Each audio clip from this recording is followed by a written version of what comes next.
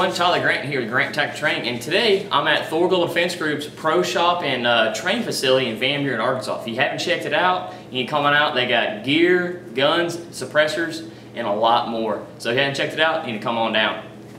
But today, this video is going to be on a training/fighting carbine and a practice carbine. I love using this quote from James Yeager. Training teaches you what and how to practice. So when you're training, you need to train as much context as possible to learn the new skill. So you need to be able to have the same amount of recoil, the weight of the gun, and the same round capability to do that.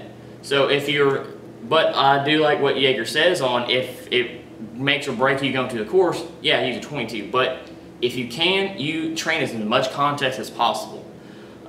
So right now I'm actually going to show you my training/fighting carbine and my practice carbine. Alright, now let's look at the difference between a training and fighting carbine versus a practice carbine. This one is I call it black lavender because it runs so smooth. It is a spike upper mid-length. It's their enhanced upper mid-length, a little bit heavier barrel. I kind of wish I didn't get that. Mid-length gas system, but it runs really well. I've got between 6,000 and 8,000 rounds in it. Running with a can at a certain point during a class, they got really fouled up and dirty and it quit running properly. I took the can off and it ran fine, and that was dry. So this is black lavender. I got Aimpoint Micro, Daniel Defense, fixed rear and front sight. I don't recommend this brand of laser, so I'm not going to talk about it. A Stark Enterprises grip, there's a funny story about that, so if you train with me, ask about it, but it's actually pretty comfortable. I tell people it's a 1911 style-ish grip, really comfortable, and the way the more modern way we're getting into the gun, into the fight, it's a lot more comfortable than an A2 style grip.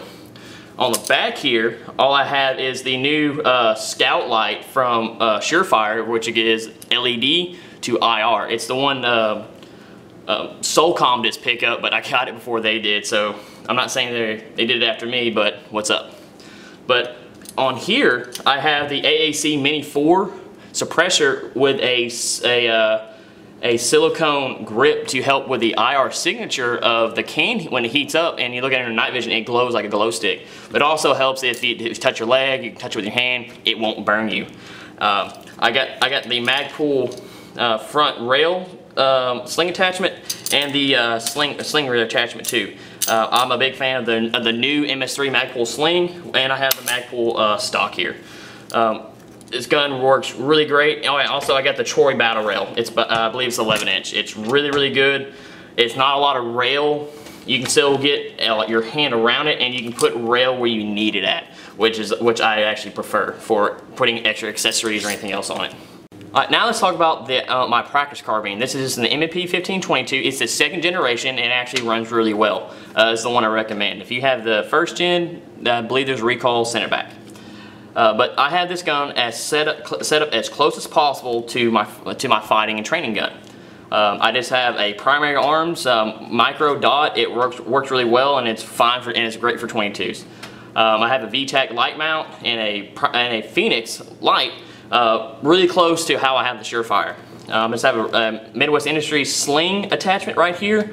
I usually just go one sling, but I do like the option for a two point, but for what I do for this, I really don't need the 2 point.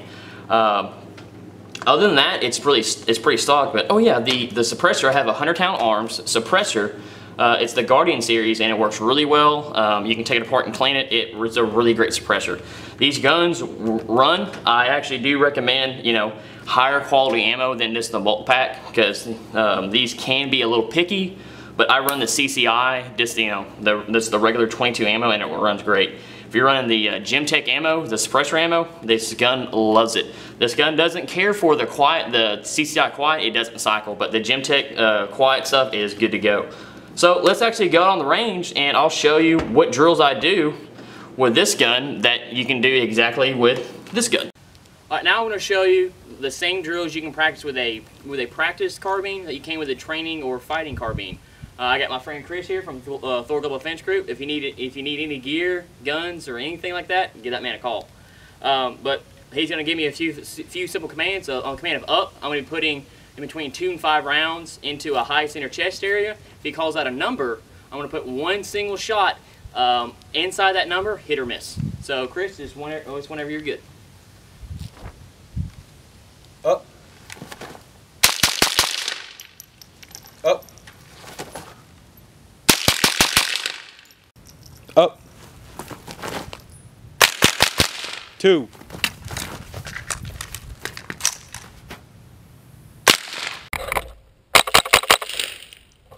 Up. Up. 2.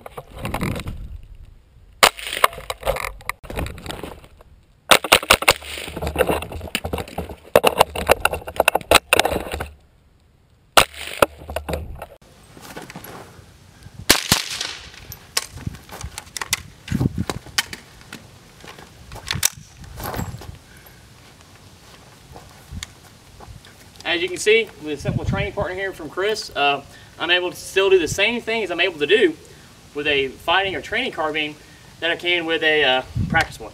That's Tyler Grant, Grant Tactical Training with Chris from Thor Global Defense Group. Stay safe.